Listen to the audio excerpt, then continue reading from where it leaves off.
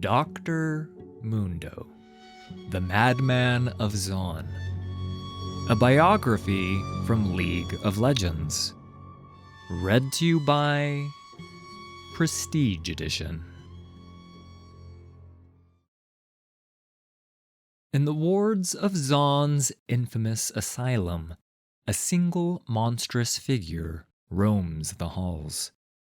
His methods are bold, his bone saw is sharp, and his patients are terrified. For this man is no doctor at all, except in the fancy of his own mind. Though his true name has been lost to both time and memory, Dr. Mundo was once an enforcer for one of Zon's most powerful chembarons. Known for his boisterous affability, he was remarkably good-natured for a man who made his living off physical intimidation. He was always quick with a familiar nickname and a friendly clap on the back, and often blissfully unaware of the toes he was stepping on. It wasn't long before he had stepped firmly on the toes of his boss.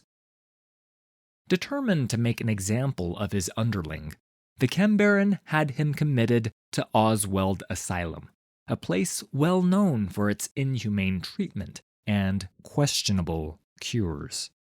The Baron watched with satisfaction as his enforcer was placed in restraints and dragged away to the padded confines of the asylum's most secure cell.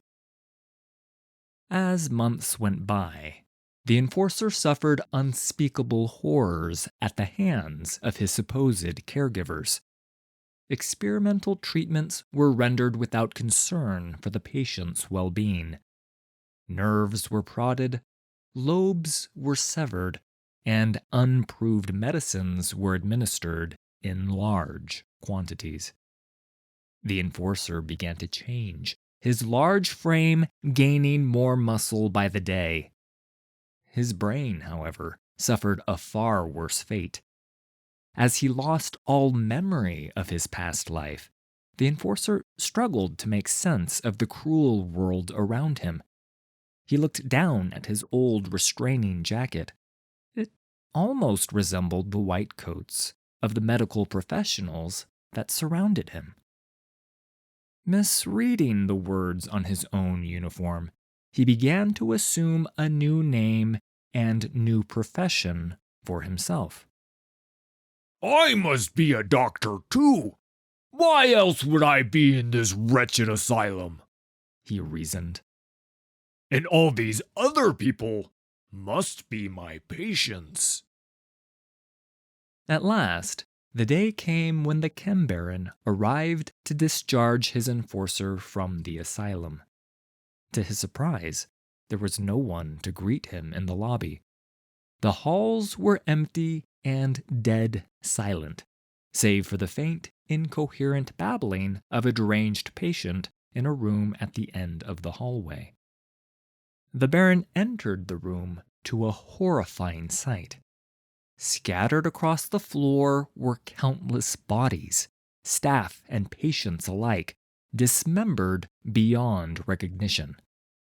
Standing above them, a hulking purple monstrosity blathered unintelligibly as a large blue tongue lolled out the side of its gaping mouth. Muscles bulged grotesquely beneath its undersized garments, and its fist tightened around the handle of a surgical saw. The Baron turned pale as his gaze found the face of the monster, and recognized it as his old enforcer. The enforcer, who recalled nothing of his old boss, saw only another patient in desperate need of treatment. The purple thing lumbered toward the chembaron, wagging his bone saw in anticipation. The Baron drew his chemtech pistol and fired. The shot tore through the looming mass in front of him, staggering the monster. But only for a brief moment. The hole in the creature's flesh quickly closed as new slabs of muscle rapidly regrew over the wound. The monster paused, eyed the Baron quizzically, and uttered, "You sick? Need help?" Mimicking what he had seen performed countless times by the asylum's former practitioners, the enforcer threw the man on a nearby gurney, strapped his arms into the restraints, and prepared his instruments for surgery.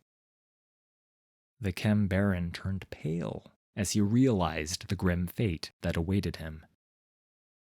The ensuing surgery, like so many before and after it, was not successful.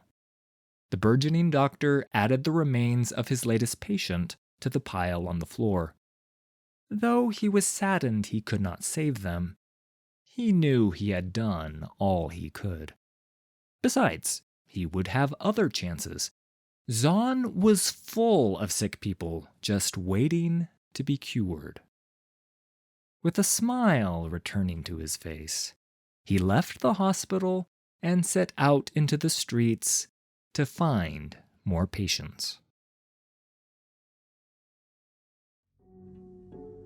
Thanks for listening. All credit for these stories goes to Riot Games and League of Legends. Full details can be found in the video description. If you enjoyed this production, please hit like and subscribe. There's a lot more coming.